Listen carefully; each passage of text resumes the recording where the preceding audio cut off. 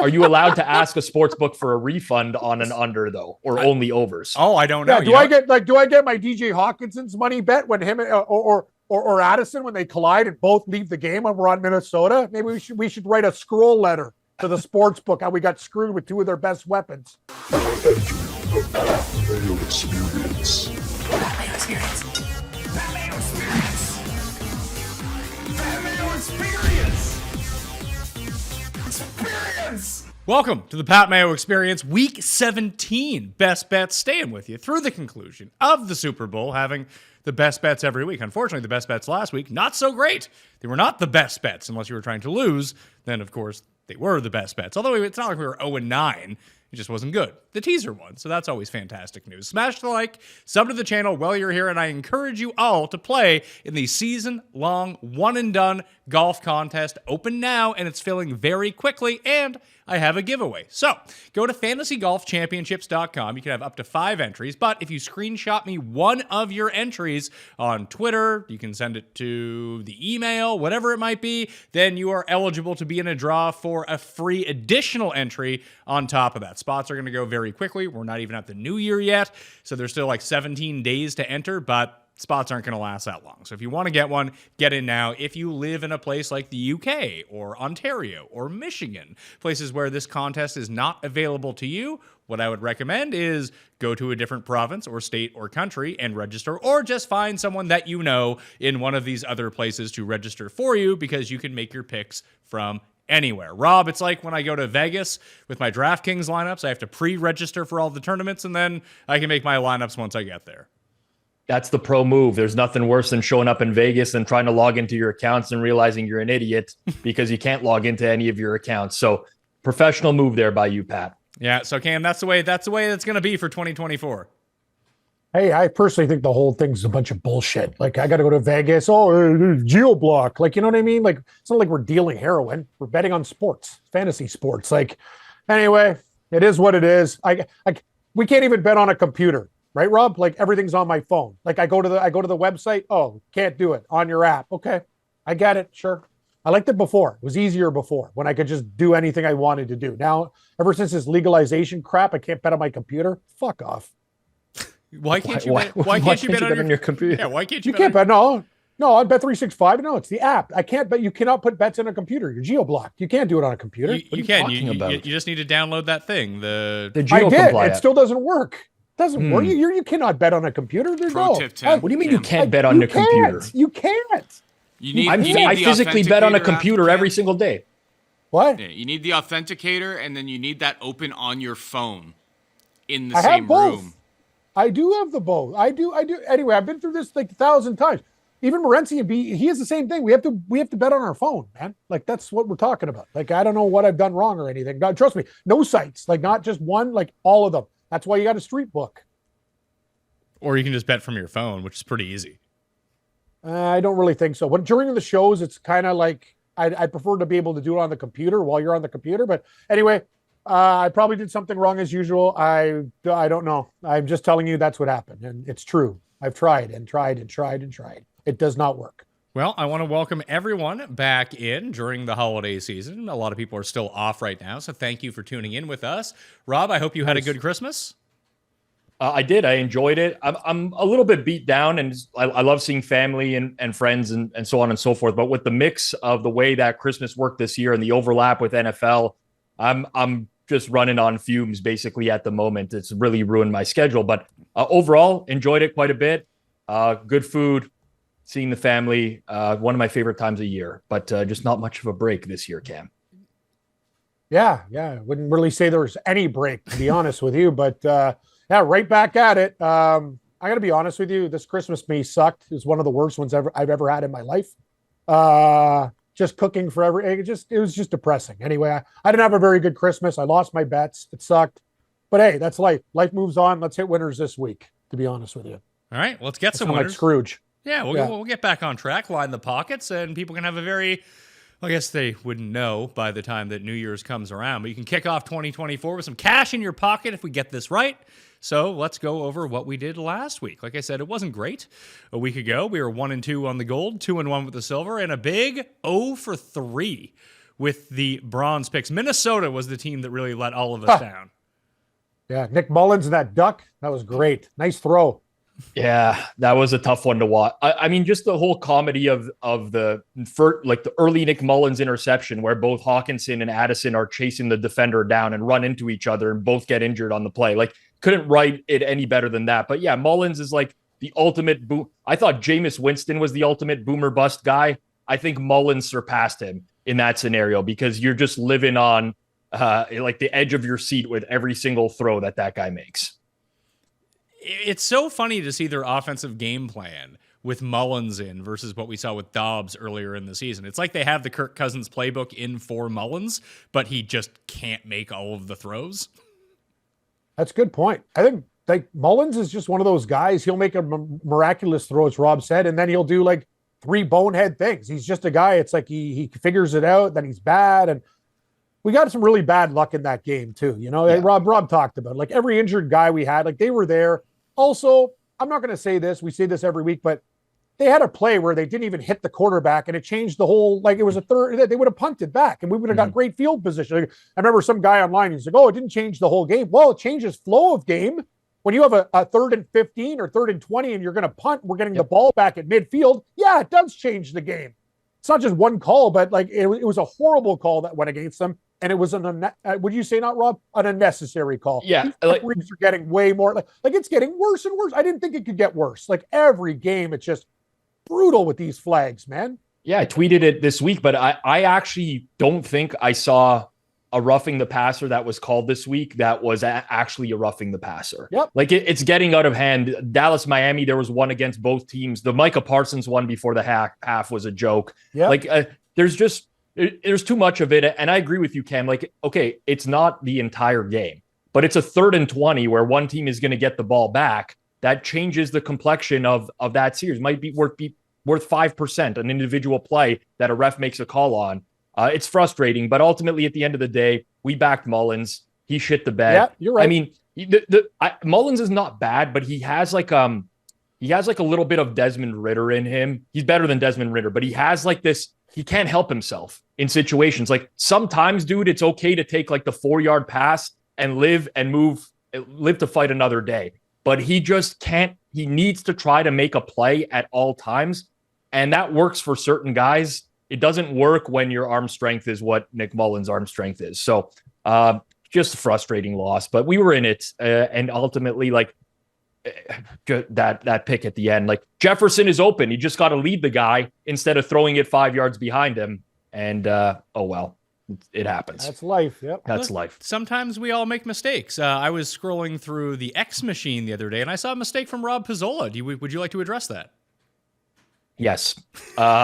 So I'm watching NFL Red Zone this past week, and there's a play in the Falcons game where Taylor Heineke throws to Bijan Robinson in the end zone, but Bijan Robinson is standing out of bounds, catches the ball out of bounds.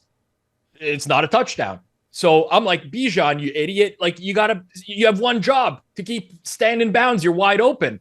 And the commentator for the game who's doing play-by-play says, I think this one's on Taylor Heineke. He got the ball out late. And it's like, no, like the receiver is wide. He got the ball to a wide open receiver. The receiver just couldn't keep his feet in bounds. So really quickly, I do a quick Google search, who's play-by-play for this game.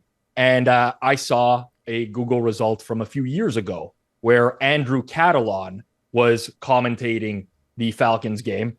So I tweeted, I'm a big Andrew Catalon guy, which I am, but I think he was wrong about this Taylor Heineke play. All right, I don't think much of it. All of a sudden, I don't know, half an hour later, my phone is blowing up. Like, what's going on? Andrew Catalon tweets back at me saying, I'm calling the Seahawks-Titans game today. Different game.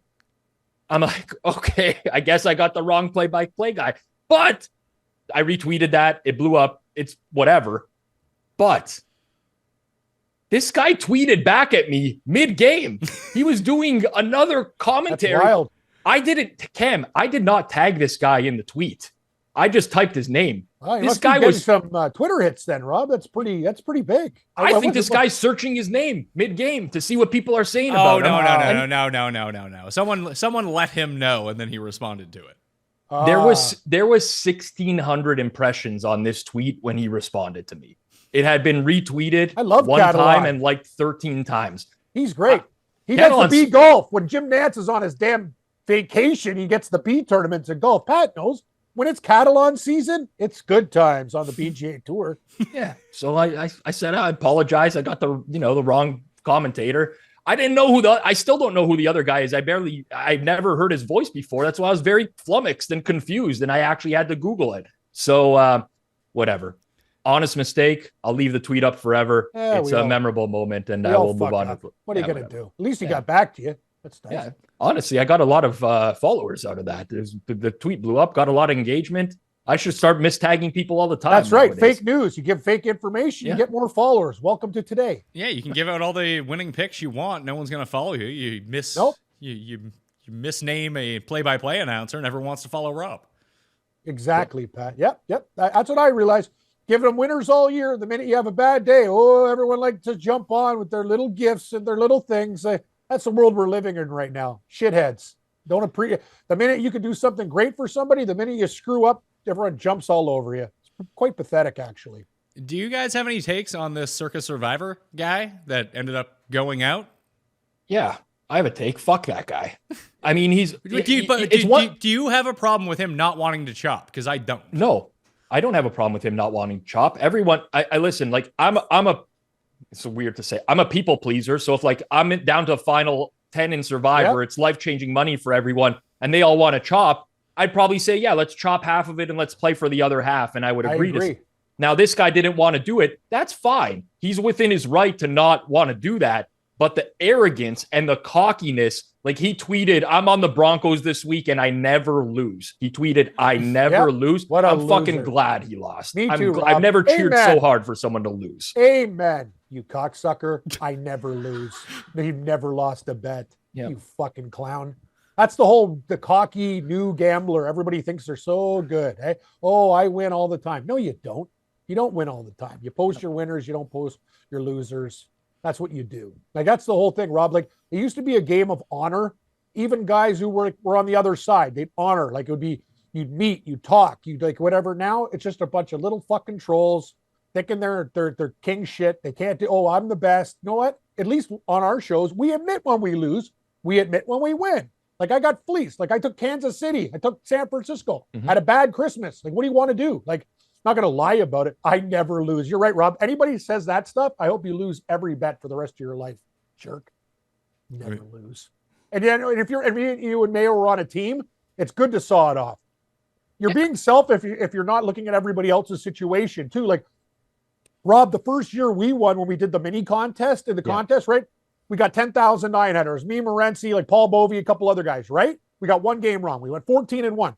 I go, yeah, well, I want to split the money. Like, you know what I mean? Like, if you're in a situation where you could get a cut and it's like, 10,000 or more or whatever, like, that's money you can take care of some problems with. You have to look at people's situation. I know one guy on the team is worth a lot of money. He's a millionaire. He doesn't care, but he's nice to us because he knows we need the money because we're not rich.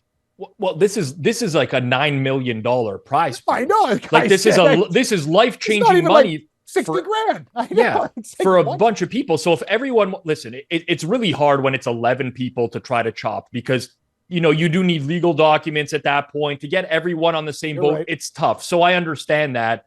But at the end of the day, like if everyone can agree to it, then yeah, I'd have no problem doing it. Even if I was the odd man out and I didn't want to chop, I would still chop if everyone else wanted to do that. Just because, like, we're dealing with life-changing money for everyone. You don't want to put someone out because of that situation. But yeah, that guy is a clown. And I'm glad. I mean, I don't like rooting for people to lose, but when you are that arrogant and cocky and you come out and you're like, no, I'm not chopping because I'm going to win. I never lose. I got that. Okay, fuck. Good. Whatever. I'm glad the Broncos lost. Me too. Well, the Broncos lost, and now Russell Wilson is benched and no longer playing the entire season. This is a self-preservation move because I guess they just want to Sean Payton wants to get rid of him. They don't want him hurt, and they don't want to have to guarantee his money for 2025. It's pretty cutthroat, to be perfectly honest with you. Well, they'd have to pay him $37 million next year if he plays and gets hurt. So I understand it. It's a business. I mean, when you make as much money as Russell Wilson does and you sign a type of contract like that, there's expectations that go with it. He never met it. Jared Stidham's going to get the start at least this week, but probably the rest of the season. And honestly, Wilson's just not been like all those numbers. There was that Denver beat reporter at the beginning of the year who was comparing like Russell Wilson to all the top quarterbacks every week because he had like an 80% completion percentage or something. Like, he sucks. He has sucked for a while now. Sean Payton obviously has no faith in him to move the ball downfield. They don't even try. So at this point, like, it's not strictly performance, it's the contract, but I don't mind giving Stidham a shot.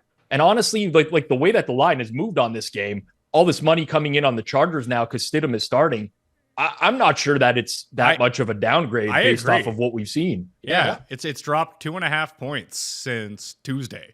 Since the announcement was made about 35 minutes ago, it's gone down from 5.5 to 3. So, I mean, I think the Broncos might end up making the mineral picks for me this week. So there's a bunch of different guys, Cam, starting this week. It's a great backup week for you. You got Stidham starting. Not sure in Tennessee yet whether it's Levis or Tannehill as of right now, but Tyrod is back in. Jacoby Brissett is playing for the Washington Commanders. You must be in your glory. Yeah, Pat, a few of them. I got to be honest with you, though. I prefer Drew Lock to be starting for Seattle and Pittsburgh. And I'm not just saying that. Like, it's Geno Smith. Like, Seattle's won games in Tennessee and stuff. Nothing's easy. I hate to say it, like, foreshadowing. Yeah, I'm going to have some backup quarterbacks going. But here's the thing. I don't understand. Like, I just, like, and Jacoby Brissett, he's just a professional. Like, he's just one of those guys that when you throw him into a game, he's been there before. And he gave Washington a bump in that game when they were getting killed by the Jets. It's like, I'm not going to say these guys are great, but especially when you're a veteran guy and you've been in these situations before, what the hell do you got to lose? If you throw some picks, you're going to be on the bench anyway. Who gives a fuck? Just air it out and have a good time, right? And that's what these guys are doing. And a lot of the time, the players are happy. It's like, hey, this guy's throwing me the ball and stuff. But if I got to be honest, Pat, I wasn't sure. Like, is Malik Willis potentially starting? If he is, that's a problem for Tennessee. Yeah, it's probably a problem for Tennessee, regardless of who starts for them at quarterback. Yes. I feel bad for Tannehill. He's like, he might be at the end of his rope. He's had so many injuries and stuff. Like, he's been beat up his whole career. He looked spry last week, though. He was taking off and running. He had to. His O-line was under fire the entire game. If he stood in the pocket, he might have died in that game. Tennessee got a bunch of O-line injuries. But yeah, but that's always been – Tannehill is actually sneaky athletic. Oh, Rob, he was a receiver at Texas A&M. Like, he's good. Dude, when back in the day when they used to run the like naked bootleg with him on the goal line, he would always outrun the linebacker. Oh, big time. Like, Tannehill was – I actually think Tannehill is one of the more underrated quarterbacks of our generation. Like, not saying he's good, but people think back on Tannehill and be like, Ryan Tannehill. You're right. He's never had a good line. If you put him behind Cleveland's line, what do you think he will do? He will shred you. Like, that's the thing. If he gets protection, Tannehill's decent, like any quarterback. Yep. That's the whole thing, how we judge quarterbacks. It's all about the offensive line. Like, a lot of these guys are – Ryan Tannehill, Pat, is a great athlete. He's been hurt his whole career. They put him in bad positions, and Tennessee has had holes in their line. Like, you put him behind a team with a line like Dallas or Cleveland, I think he'd be fine. Yep, I'm with you. Thank you. Well, let's get to the gold picks. Spotify question of the week. If you go to the Spotify poll, I will have our 3 gold picks up there, and you can vote on the one which you think is most likely to come through on the Spotify page for this episode. If you do that, there might be something in it for you in terms of a draw. So please go do that and vote in the Spotify poll. Got to crank those Spotify numbers up. My pick, gold, for the team that's just been really good recently, and I've been thoroughly impressed with how they've been playing on both sides of the ball. I mean, they're a bit inconsistent. They're not great by any means. And I think they're taking on my most hated team of the second half of the season. So I will take the Chicago Bears -3 hosting Atlanta. Love it. I didn't know where you were going with that one. I thought it could be one of two I teams. thought it was going to be something else, too. I thought it was going to be the Bucks. My trap door. No. I know. The Bucks win this week, and I win a huge bet on my preseason Bucks to win the division at 10-1. So there's no way they win this week. It's impossible. Pat, no, the funny thing is, I want you to win, but I really think that is the trap of the week, that game. I tend to agree with you. No, I love the Saints. I was going to make the Saints my gold pick. I don't love the Saints, but I would take the Saints +3. Yeah. Interesting. Just everyone. Yeah. But Pat, you're in a too- good situation. too You're in much- a good situation. Yeah, I don't right? want to. I don't want to hedge. I'm not here to hedge. Yeah, you sound like Morency. I'm not a gardener. I hate that fucking. Listen, movie Edward if I Scissorhands. was going to win like 20 grand on it, then yeah, I probably would hedge. I'm not going to win Yeah, 20 grand. I win like no, 4 then grand don't. on it. I don't want to bet against you though. Like we like each other. We're It's friends. fine. You host Listen, the show. I see exactly what you see coming into this game. Like I think that the Bucks are the better team, but everything is just far too good for the Buccaneers at the moment. You know, Yeah. but Evans is going to re-sign and Baker's going to re-sign. We're going to go to the playoffs. Well, Rob, they're not there yet. Yeah, it does feel like they're at the high point right now, right? Tampa's come off back-to-back really good games. I'd honestly, guys, like this is very cop-out for. I don't have very many opinions this week on the NFL. I haven't bet a side yet, so I don't want to just be the guy in the background that's like, I don't know what to do here. I think that like 3 in both of these games is kind of a right number, where if it came off of 3, I would have some interest in whichever side it came off of. The Bears are playing really well. I bet the under last week. I had to sweat that out quite a bit, but I was really surprised at how efficiently their offense moved it in the first half against Arizona. It was just methodical down the field, scoring. I have no faith. DJ Moore got hurt too, Rob. Yeah. 1 catch for 6 yards. They Good still point. did it with other guys. Like Herbert was in there. Like their whole team, Pat. I love your pick. Like what's Arizona going to do? Like now they're not at home. It's just this is a game like the Bears. I kind of think they're just kind of sitting there going, you know what? Let's finish strong. And Eberflus might have saved his job, and they're playing a lot better. It's just Atlanta's a horrible team too. Like you know what I mean? Like you take Atlanta away from Atlanta. I was on them last week, but this is classic Atlanta. They'll win a game at home and shit the bed on the road. Bears are nothing for me. Well, hopefully the Bears just do a little bit of advanced scouting on the offense that Atlanta was running last week and know that they only check down to running backs. That is their only play. Yeah. Yep. The only issue, I like Heineke a lot more than I like Ritter because he doesn't make that big mistake as often. Like whenever Ritter starts, you can count on the other team to get like 2 or 3 turnovers, essentially. Pretty much every single start that he makes. Heineke a little bit better. I honestly think that might have been by design, Pat, exactly what you mentioned. It's just like, hey, like, you know, we struggle with turnovers. We're fine if we don't turn the ball over. Let's protect it a little bit more.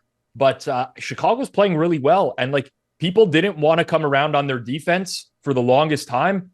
And it's a very good unit right now. Like they've consistently for 6 or 7 weeks in a row now, when they're at full health, getting a good defensive lineman in Montez Sweat.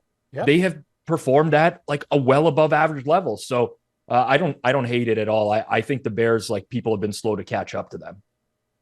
So that's going to be my pick. It's funny how much I kind of like mock the Bears for that Montez Sweat trade, giving up a second rounder for a guy that you could sign. But, you know, I'm wrong about stuff all the time. Wrong about that. He's been, since he showed up, they've been a great defense. Yep. They had a lot of injuries in the secondary to start the year. It was just like Bears game. Okay. Bet the over. They have nobody in the secondary. Now this is the NFL, right? Like sometimes teams they get healthy. Yep. And the Falcons are the opposite way around. Early in the year, they had like the cleanest injury report for 6 or 7 weeks of the season. Then we saw in recent weeks, they started to get some defensive line injuries. Grady Jarrett went on IR for a bit. They had some issues in the secondary offensive line, and all of a sudden they trend downhill. So you got to adapt. But yeah, I mean, I wish it wasn't. I was hoping to get the Bears under 3. And in a battle of wits, I'd actually take Eberflus over Art Smith. Art. Yeah, don't he called Arthur? Yeah, Art. Okay, Art. Whatever you say. Bears. Well, let's see here. In terms of the spread at DraftKings Sportsbook right now, it's minus 108 on the -3. I guess like theoretically it could drop to 2.5. Probably not. Yeah. I don't know that it's going to move, honestly. I actually have no idea what a lot of these games are going to do this week. So I'm just interested because of Christmas, the market's open late on a lot of these games this week. There was lots of games that were off the board. So like everything is kind of like a day behind. We're recording on Wednesday, but it actually feels like a Tuesday to me. We saw some lines just open up this morning. So yeah, it's a tricky week. You got a gold pick? I do.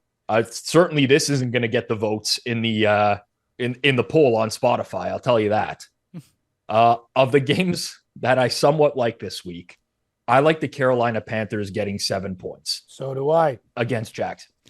I think there's a lot of upside here. Obviously, you have Trevor Lawrence dealing with the AC joint injury, so you could get a scenario where it's CJ Beathard. I don't know that for sure, But honestly, the Jags just suck right now. They suck. Like, it's been 5 or 6 weeks now. At the beginning of the year, their offense wasn't very good, but their defense was holding them in games. We talked about a million times. We're like, how are the Jags doing this with their defensive personnel? They shouldn't be this good. Well, guess what? They are not that good. And as the season has gone on, the defense has just kind of fallen apart. I'm not a Bryce Young fan at all, but in the last couple weeks, they've been stretching the field a little bit more. He looks a little bit more comfortable in this new offense. He's playing better. The O-line is held up a little bit more. I can't get here with Jacksonville needing to win by margin right now with the way that they are playing overall. So give me Carolina. I love it, Rob. Hey, they've covered the last 2 weeks. Let's hope for 3. They're playing better. That's still freaks. Like, I can't believe how bad they got beat down in that game versus Tampa. They look awful. Like, they don't even look like a football team that's trying. Like, Peterson looks like lost. Lawrence is like, he shouldn't even be out there. They'd be better with Beathard. Like, what's happening with this team? Like, they look awful. That's the whole thing. It's that Lawrence has been playing through these injuries, and he seems like he's 30% at the moment. Like, the guy can't move, he can't throw, he can't make a quick decision. Like, they got to get him out of there and let him rest. And on top of that, they haven't been able to run the ball all year. They try to force ETN. They just cannot pick up big games altogether. Christian Kirk went on IR. Zay Jones is injured. If you look at that wide receiver crew, when those guys aren't there, it's Calvin Ridley. Their number 2 is Parker Washington. And then they have like Tim Jones. Like, they don't have the personnel. It's just not a good team. Like, they're not a good team right now and trending in opposite directions. So I think this is too many points, honestly. You need Jacksonville to win by margin. Of course, they can do it, but I think Carolina's trending uphill. Jacksonville, I don't think they've hit the bottom yet.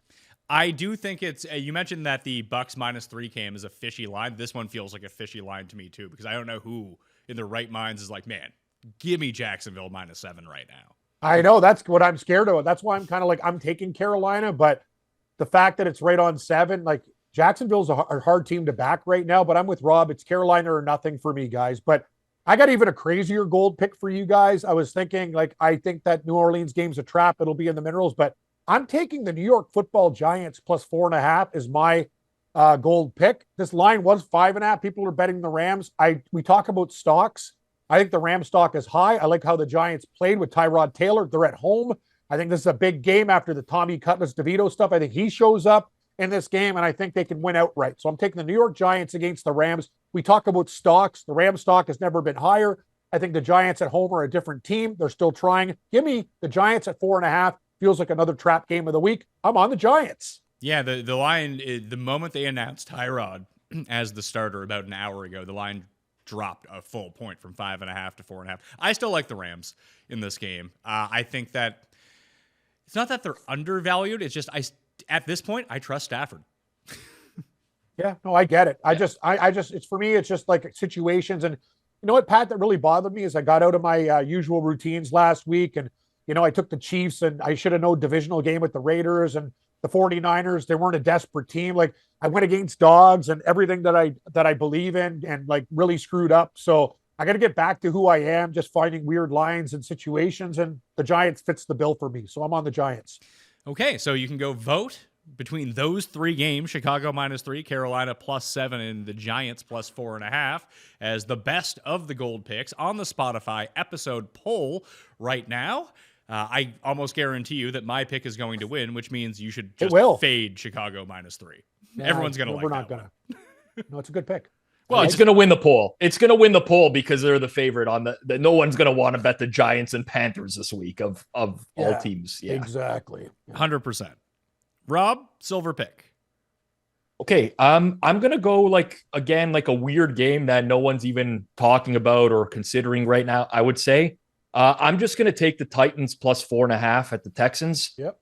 And again, kind of a similar handicap, but I think that there's some upside in betting the Titans. It's not a foregone conclusion that CJ Stroud is going to play in this game for one. He's practicing today, so that's good news. Correct. He had a lot of sensitivity to light last week, which is an issue coming off of concussions.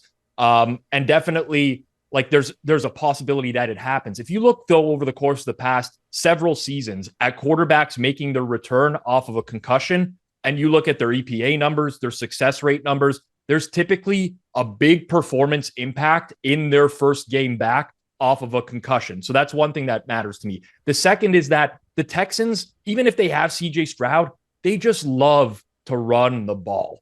They love to run. And we look at what Seattle tried to do with Tennessee last week. Like, that's not the way you beat the Titans. You just throw on the Titans with success. But D'Amico Ryan's a very defensive coach. They have a very high early down run rate in the league, and they're very conservative. I expect them to be that way even if Stroud plays. If he doesn't, it's a bonus for me because I don't think they have a good quarterback outside of that. Tennessee did see Case Keenum a couple weeks ago. They almost picked him off 4 times, but they didn't. But either way, I just think it's too many points for a Houston team that I don't think is deserving of spotting these types of numbers just yet, especially with the injuries that they have on their defensive line as well. So I don't love it by any stretch of the imagination, but I think this number's a tad too high. The issue with Tennessee right now is obviously we don't know who's starting at quarterback for them at the same time, but both teams are defensively constructed a little similarly, at least the way that I see it. They're both like kind of bad pass defenses, really good run defenses, and both these offenses don't really want to pass. They want to run. I do think that if Stroud is back, and he's not completely limited, like you said, with a concussion in the first week coming back off that, if he's even like 85% of what he was, I think they can handle the Titans pretty well. But that's a lot of ifs in that situation. Yeah, I think like a big thing for me is Jonathan Greenard got hurt last week. They already have Will Anderson out on the defensive line, Blake Cashman as well in their front seven. Like Tennessee, we know what Tennessee wants to do. These teams are kind of like mirror images of each other in the sense that they want to run the ball first, and then they'll throw if they have to in situations where they have to. But I think Tennessee's way more likely to be able to run the ball in this game because of the injuries in Houston's front seven and the fact that they've struggled to stop the run this year. Other way around hasn't been the case, but I don't love it. I mean, I love CJ Stroud. He's like one of my favorite players all around. This will be a game without Tank Dell. We don't know how Stroud's going to perform without his like downfield threat either. We haven't seen that yet. There's a lot of fluctuation that's happened with that Houston team over the course of the past month. I think it's just too much of a price. Xavier Hutchinson has been shifted into the Tank Dell role on the Texans, Cam, but he hasn't had CJ Stroud to throw him the ball, so no one's really noticed yet. But I don't know if he's any good. Yeah. That's the problem. Yeah, no, it changes everything. Like, I hate to say it, like you need Stroud there. There are other options. Like, here's the deal. Like, we talk about Keenum. Like, who do you guys think? Like, I don't really like what the Texans did. Like, I'm Davis Mills. Like, at least he's played football before. And you guys are right. Like, Keenum, like the guy, he had, sure, like the problem with these backups and third stringers, they'll have glimpses, but can you consistently do it and make good plays? And usually, no. That's why you're a second and third string quarterback. But Davis Mills, to me, is a guy that has started in the league. Sure, he's not mobile, but he's a hell of a lot smarter. Yep. He makes better decisions. He throws. That's the whole thing. Like, don't you agree, Rob? This to me is just the mindset of D'Amico Ryans, who's a very defensive, conservative coach. Yep. Because Davis Mills is better than Case Keenum. Yes, he is. But he can go to the veteran in Keenum and be like, protect the ball, play smart. And to me, this is just a coaching decision on a guy that honestly plays scared a lot of the times in Ryans. He was a great player, but a lot of times these defensive players or coordinators that come over to head coaching roles, they just want to trust their defense, they want to play like it's 1985. That's the way they want to play the game. Vrabel's like that too in some ways as well. But that to me is why Keenum started, because there's no way he's better than Davis Mills. No way. No way. It's funny because if you want a quarterback to protect the ball, I would rather have Mills over Keenum. Me too. In that circumstance. Keenum's got a lot of, Nick Mullins has a lot of Keenum in him, put it that way. You're so right. That's the one thing about Davis Mills is, if you look at a lot of his interceptions, they're tip balls or the receiver ran the wrong play. The kid's smart, man. Like, when he was at Stanford, he made good decisions. Like, I'm not going to say he's perfect. There's a reason he's a backup quarterback, but he's also very consistently smarter and makes better decisions than these other guys. He understands the offense. I think it's ridiculous, personally, but Anyway, what are you going to do? I do find it strange, too, that Jacoby Brissett is the backup for Washington, that he actually seems like a better backup for a good team, not a bad team, because you can put him in and be just like, all right, Jacoby, you started enough games over the past few years. If you need him to like have a sneak, he still has a big arm. Yep. It's a lot like what Flacco is doing with the Browns right now. It's like, we know your skill set and what you can do. We can kind of design offensive plays around that skill set. I feel like he can still do that with Jacoby Brissett, even though he's not all that good. He's better than a lot of these guys, even on good teams that we've seen come in. Like, if you were the Jags, would you rather have Beathard or Jacoby Brissett right now, Rob? I'd rather have Brissett. Yeah, but Brissett's better than like 10 starters in the league. Yes, he is. That's Never the whole mind, thing like I'm talking being about my backup quarterback argument. Jacoby Brissett on the right team is there's a reason. Like he's decent. He'll make a mistake, but he also makes good throws. He protects the ball. Like there's a lot of things I like about Jacoby Brissett. Like some of these other guys that they're putting in there just suck.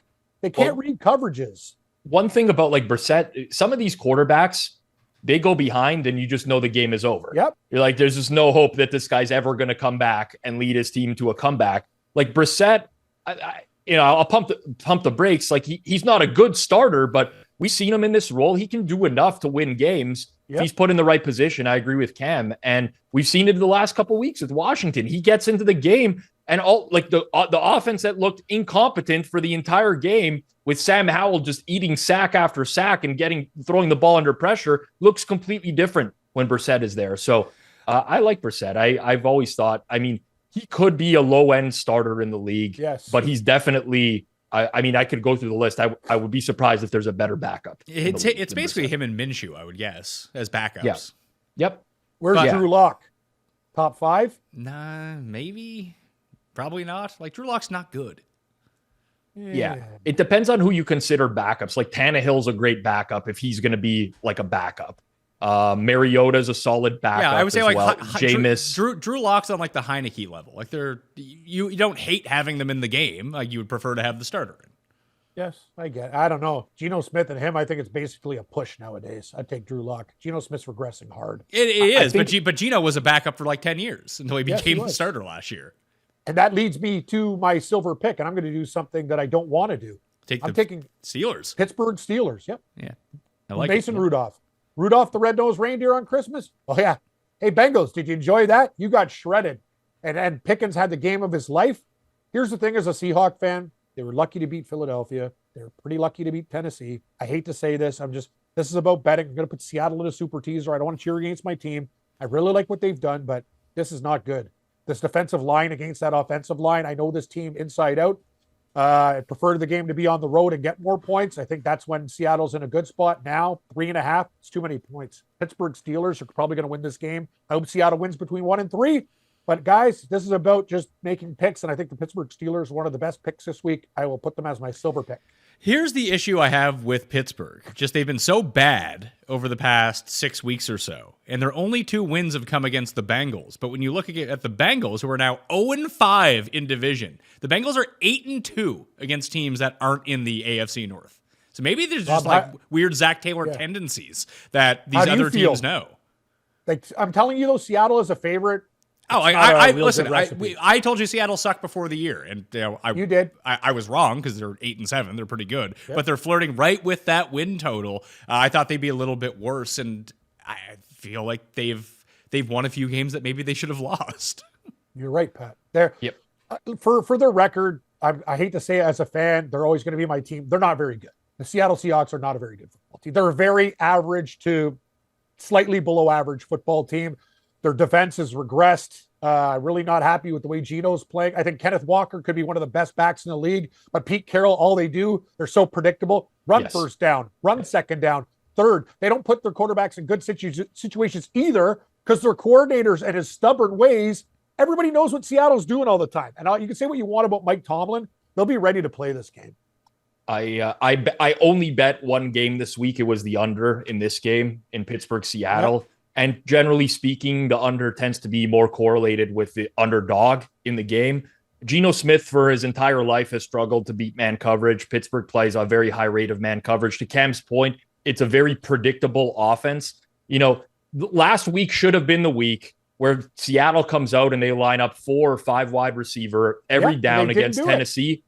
because Tennessee can't stop the pass and they're very good against the run, and they just won't do that. Both these coaches like to do the same thing. They like to run the ball heavily. They like to play field position. They'll punt on the 4th and 2 at midfield or whatever and trust their defense. So I think it's going to be a slow bog of a game. I don't love Mason Rudolph. He played well last week. You got to give him credit, but a lot of that was yards after catch as well to Pickens. And Seattle's a good team in terms of tackling in their secondary. So I think it's going to be a low-scoring game, and I think that's more conducive to Cam's bet than it is laying the points with Seattle.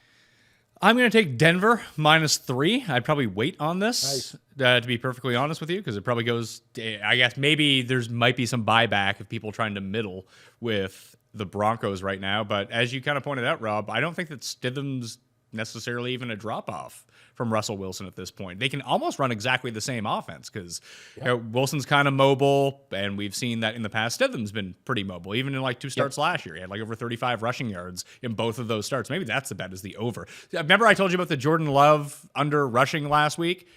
Yep. Yeah, didn't hit. The over hit by a yard because they had him twice for a loss and then again for a 5-yard rush on his. We had 2 rushes in the game. One was a sneak for a touchdown from the 1-yard line, and then one was just a completely broken play. They had him twice and let him like spin around, and he just dove for 1 extra yard, and that was that.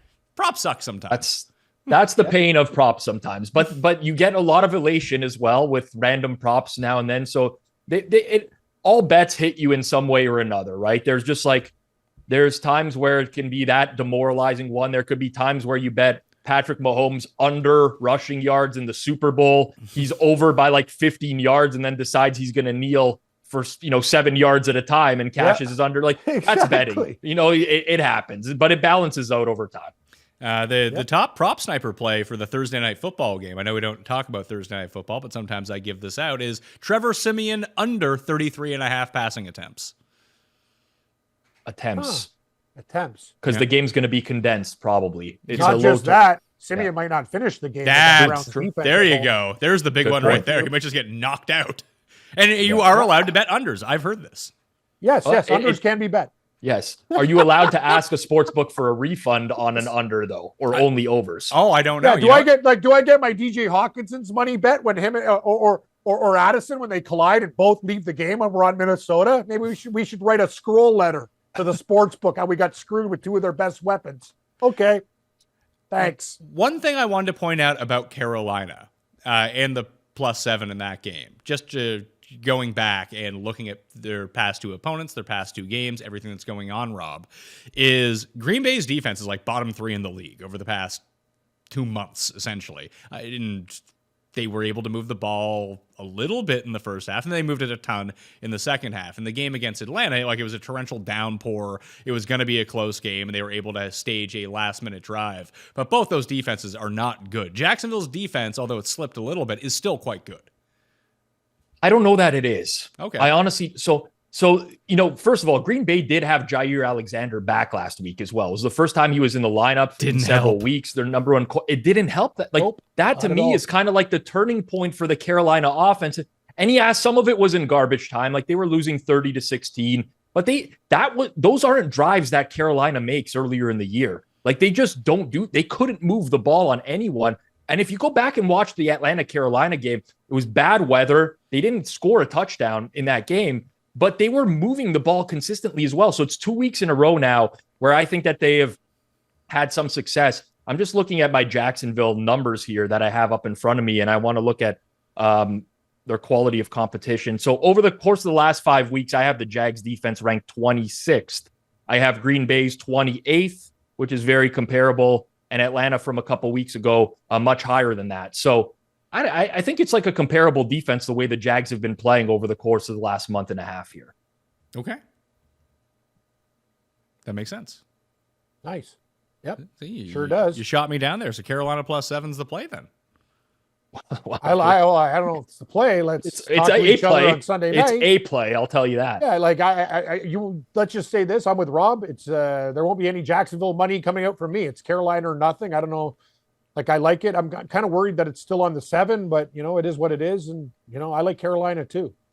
Bronze picks Reminder to everyone to play in both DraftKings Listeners Leagues. They're down in the description right now. The Week 17 Sunday main slate is available, as is the first Listeners League for golf for the season for the Tournament of Champions, which starts next Thursday, and we'll have a full slate of shows for all of that. Cam, you're up on Bronze Picks.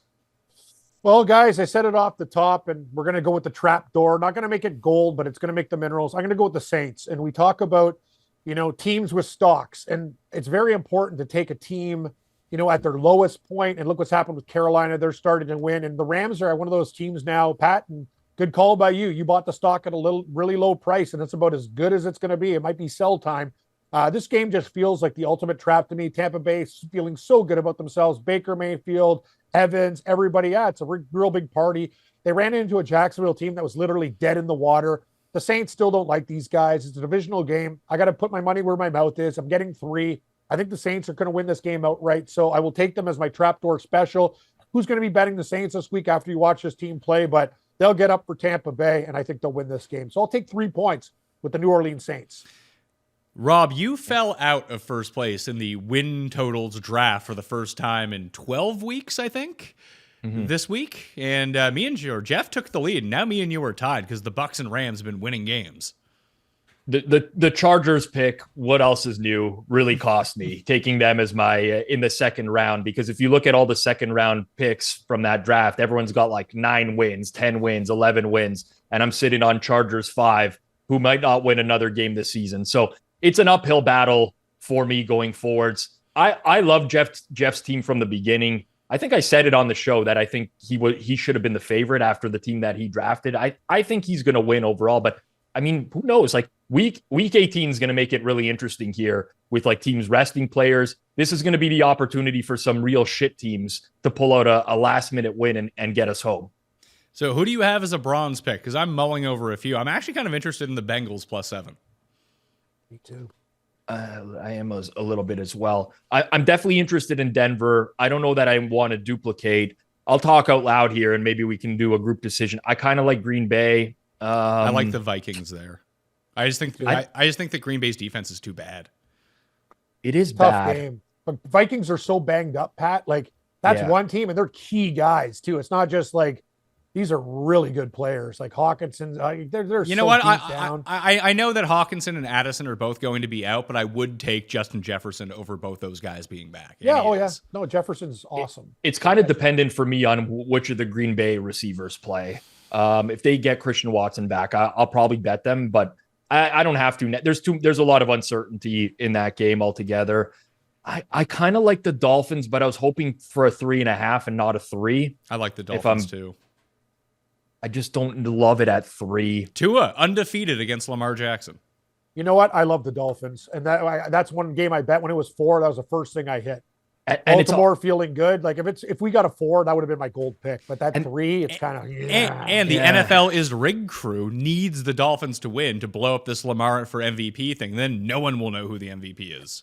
You know what? Yeah, That's but the NFL is rigged point. crew is very quiet now because now it's all bowl games are UNLV bowl games are rigged. That's all anybody's talking about nowadays. Maybe NFL is rigged. I'm throwing this out here. Maybe people are just bad at sports betting. Okay. Partly. I am the guy who comes on here every time and I'm like, the NFL, like the sports are rigged crew is a joke. And I completely agree with you, Pat. Generally speaking, people just want to blame someone other than themselves for their betting losses. That UNLV Kansas game, they stopped showing the replays in the game of the penalties because they were getting to be so outrageous. Like there was 200 yards in penalties against one team, and they're showing replays early in the game, and no one can even figure out where the penalty is on the play. But Guess who I was on, Rob? But that would make sense, though. If I was producing that broadcast and the refs were a complete shit show, I wouldn't want to degrade my product by continuously showing the refs being wrong all the time, too. If it happens, it happens. And it's happening on the field. But as a TV producer trying to put out a product, I wouldn't want to show it either.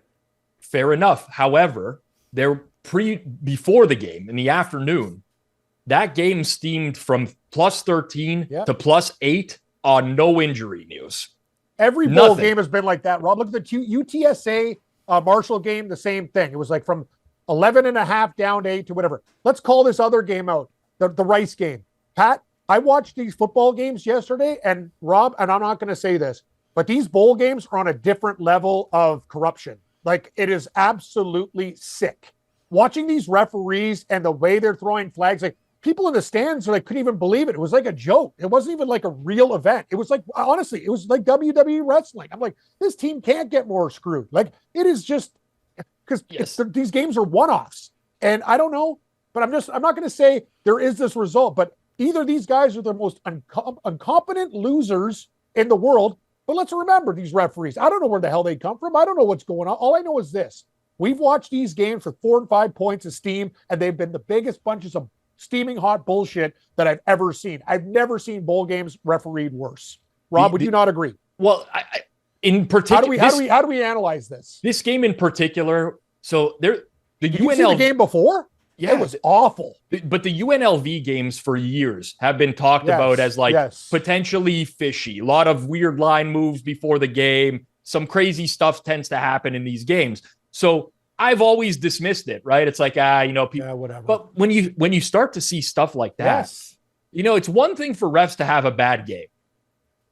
But this is like 99th percentile, you're blind type of game. This isn't a bad game. It's like you're not even watching the game type of calls. That, to me, coupled with the line move early in the day. Why isn't anybody accountable? How come these things just get brought? Because the thing is, it's never going to get better because, that's the final score. Like, something has to be done then. Tim Donaghy got investigated. There's no bad corrupt referees. He's telling the whole fucking league is that there's guys in on this shit. Dude, he's betting totals in NBA games, and he's calling fouls based off the total in the game. So don't tell me this shit doesn't exist when a guy went to jail for it. You don't think there's guys in the NCAA and bowl games that don't have fucking money on these games? If you think that, you're naive.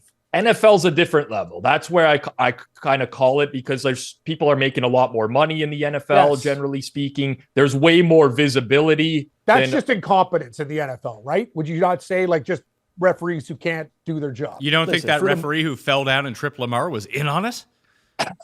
I forgot about that. Poor guy, man. He's just trying to get out of the way. But you guys got to be a little shifty. So it was a good thing. Hire the most nimble. It was a good thing you vamped for a little bit, Rob, because you were talking about Green Bay. I have breaking news about Green Bay and your guy, Jair Alexander. He is now suspended for 1 game, detrimental conduct to the team, for running out to the coin toss in overtime when he wasn't supposed to be there because he's from Charlotte.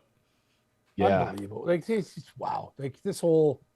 I'm actually reading the press release right now. That's insane. As an organization, we have an expectation that everyone puts the team first.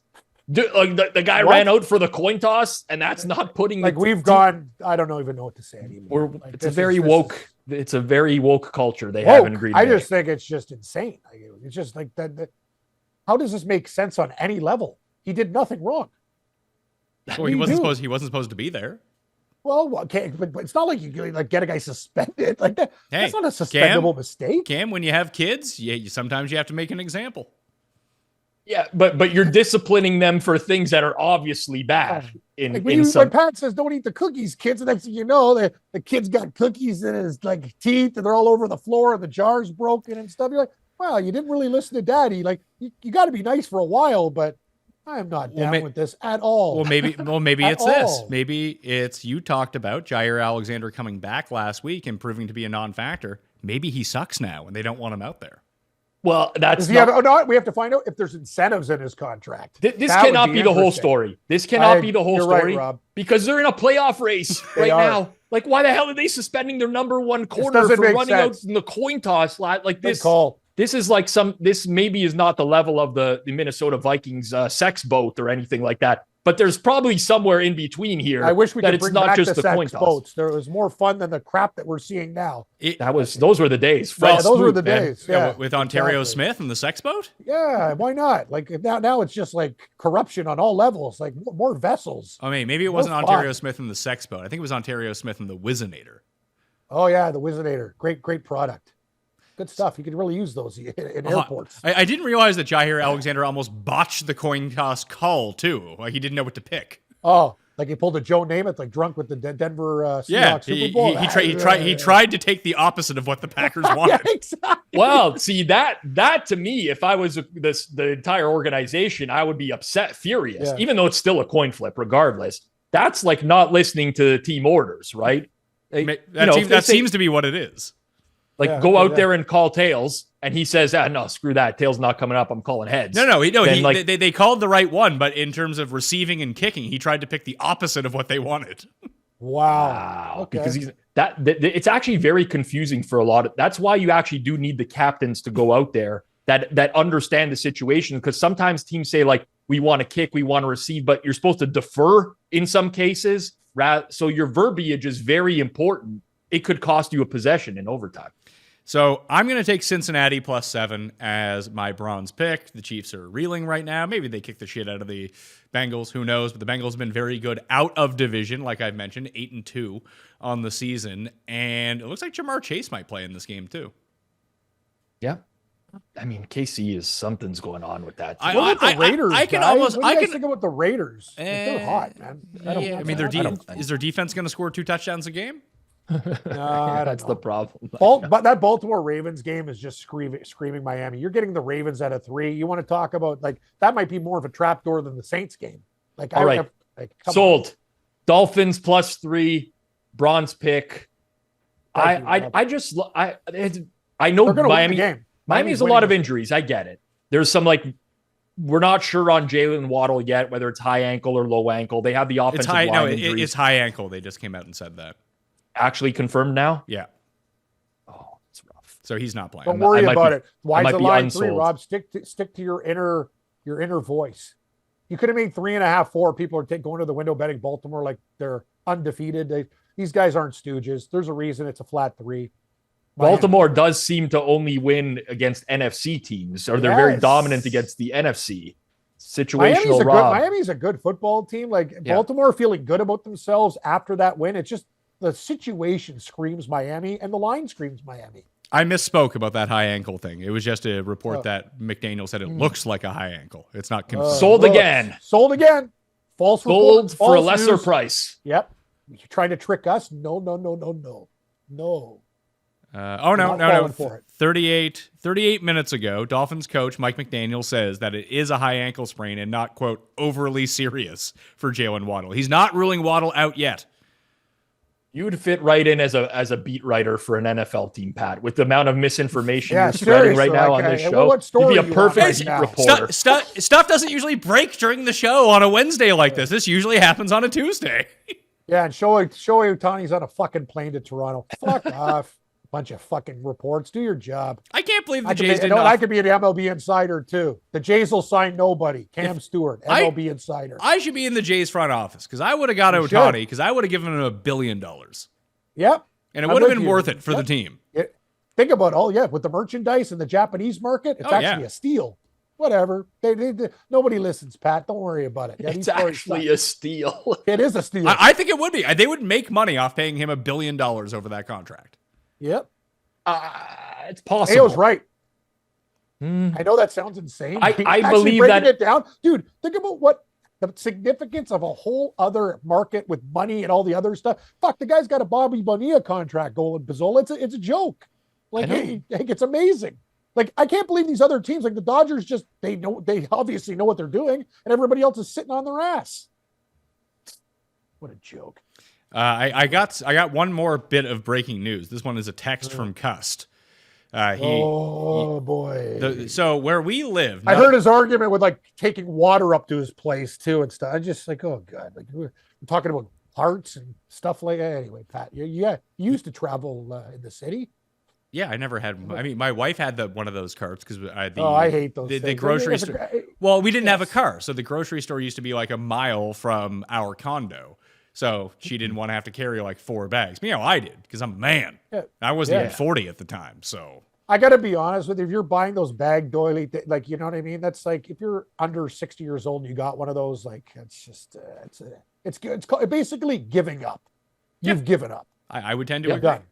And when Cuss told us, me and my friends agreed. The only person who's agreed with him is Jeff. Well, that doesn't. But there's so many, me. Pat, to your point, there's so many other devices that don't look stupid that you can do the exact same thing with, as you brought up. But anyway, this is a pick show. I'm not going to give people grocery tips or how to avoid back injury while carrying cases of water. Well, Miami. Tim told us, he texted us that his day at the mall has been ruined because he was at a sports store. He was trying to buy a new hat for the Jet sideline hat. And he was in the store, and a kid said to his father, quote, "Dad, I want a Dolphins hat. They're great." He got so rattled he had to walk out, and he didn't buy the hat. And then he complained that it took him so long to park. He's in like a tizzy right now in the parking lot trying to calm down. I can't blame him on that. I get lost in parking lots and parking garages. No, he's in his car. It's just he's not. He's in his not car. lost. Okay. He's just upset in his He's car. just there, yeah. No one gets lost in parking garages anymore. They all have signs that point which ways to go. I do. I mean, I had a panic attack in one. I lost my too, car this for way. like an hour. Exit Take this a way. picture of what the closest identifiable I did thing. that too, but Pat, I thought that I actually do that, and I still fucked it up. Like, it's scary. Then man. you need to get just your going Apple. around and around. I got an Apple Watch. I synced it up with my car, and it just gives me GPS to my car now for parking lots. Yeah. That's too advanced for me. You can probably bet from this too. You don't even need a computer. Yeah, what this a computer dream. thing's true. Like, Well, you can't bet from a computer anyways. No, you nowadays. can't. Yeah, apparently not. God, I placed 3 bets during this show from my computer. People in the chat, could reinforce this with me? Don't look to the chat to help you in this because No, you're I'm going to just get. telling you, I have Authenticator. I have all these things. It still doesn't work. I work with a guy who's been told, Rob, I don't know what it is about the site. You can't do it. I've tried everything. Like, it's not like I can figure out how to do Zoom calls and everything. I don't know how you got around it. Cam, I can't. If you wanted to place $1,000 bet right now, I bet I could do it within 15 minutes of being at your house. I'll carry your pigeon the money over to you instead. Okay, I see. Anyway, let's not get into this right now. It just doesn't work for me. Take Miami and be happy you did. All right, let's. We won the teaser last week. We're up to 6 and 8 on the 6.3 team 6-point teasers. So let's try to get another one in here. I will boost up Cincinnati to +13. Okay. Rob, you ready to go, or how about the Dolphins +10? I was going to +9. Well, it's Rob. Rob, are you going to take the Panthers up to +13? I'm not. Good enough for 7, not good enough for 13, huh? Well, there's a lot of dead numbers. How about we invest in our picks? Pittsburgh +9.5, and one of your other picks, and then we're. So you want to do Pittsburgh +9.5, Cam? Yes, I do. Yeah, Seattle can't win by 10 points. All right. They're my team too. So it's on you. We can't use the Thursday game. Thursday game's off limits, we're saying. Correct. We can't tease the Browns down. That's a good one. You don't want to. You don't want to tease the Jets up. The Jets might win that game, but they might lose. What about Dallas to a pick 'em on Saturday? Sure. Let's do that. If you like that, Cam, I'll do Dallas to a pick 'em. Do you think that the Dallas Cowboys win the game? I think they're going to. Me too. I think they're going. I think they might cover as well, but I'd like to have them at a pick. Yeah, I don't love laying the 6. No, but they'll win the game by like 3 or 4 at worst, right? Don't you think? Anyway, the Cowboys are going to win the game. These guys in Detroit, they've been sipping champagne all week long, celebrating the division. Yep. You know how this works. It's that or one of our other picks, Rob. But I think Dallas will win, so we just need them to win the game. I know. I don't mind that. I don't mind it. Cool. Yeah, your bronze, as I told you on the show last week, Cam, when you took San Francisco -5 as your I bronze made a big pick, mistake with that game. it was pooched the moment I told you that Cuss teased through 0 on that game for San You know Francisco. what? I laughed that stuff off, and then I was watching the game, and I was too late, and I was thinking about it. That was the first thing that popped in my head. Is Pat actually warned me about this, and I got even angrier. I'm like, I can't believe this shit's real. Like, it actually exists. It's true. So since Aaron Rodgers went down this year, Cuss has adopted teams to root for and back throughout the course of the season. So when the Niners were undefeated, he backed them, and he got on what he called the 49ers bandwagon, and he did that for 3 weeks. They were 0-3 in the weeks that he was on their bandwagon. So he jumped off. Unreal. He jumped off their bandwagon and got on the Atlanta bandwagon. I think they were 1-6. Well, he was on their bandwagon. He jumped off last week. Atlanta wins. He jumped back on San Francisco's bandwagon. Now they're 0-1 again. Unbelievable. That is. Are we not profiting more off of this guy's honestly, life? like seriously, Pat. Like, we have to get this stuff out every week, and I do an entire show about this. People do. Yes, profit but off of it. this is much stronger than the themes. Yeah. Let's call it out for what it is. Do we have Cuss a theme? theme is the best theme of all time. The anti-Cuss theme. You're right. Do we have a theme for this week, Cam? I don't know. What are giants? Mythical creatures, human beings, Pittsburgh or workers, Saints? No, nothing's really kind of meshing. I'll figure it out. Well, there's a lot of cat-on-cat action. Panthers are playing the Jaguars, so that's it seems like we have a shit teams theme. No, Cam has the human theme: Giants, Steelers, and Saints. Yeah, it is. It's a human week, the human fund. Didn't I have that last week and it didn't work? Yeah, well, now you got to go back to we're panning for gold. Yeah. Called the martingale strategy, Cam. Doesn't work one week, you double it next week. Don't do that, people. Play responsibly. No, honestly, play responsibly, please. Don't chase when you get thumped. But yeah, I do. That seems to be the logical thing to do. All right, that will do it.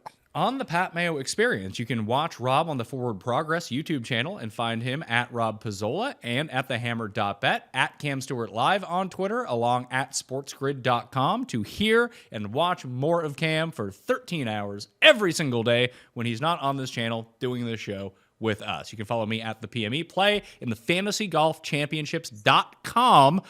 One and done. Race for the Mayo Cup. $80,000 for first place. $56,000 for second. Everyone inside the top 10 wins 5 figures this year. $200 to play. 5 max entry. But if you screenshot me one of your entries, you get into a draw for a free other entry on top of that. Plus, we had the year in review golf show I did with Feinberg on New Year's Day. We have the season preview for the PGA Tour and Live Tour and all of golf. So tune into all of that and vote in the Spotify poll as well. Rate it while you're there too, and sub if you haven't done that already. I'm Pat Mayo. Thank you for watching. I'll see you next time. Pat Mayo Experience! Experience!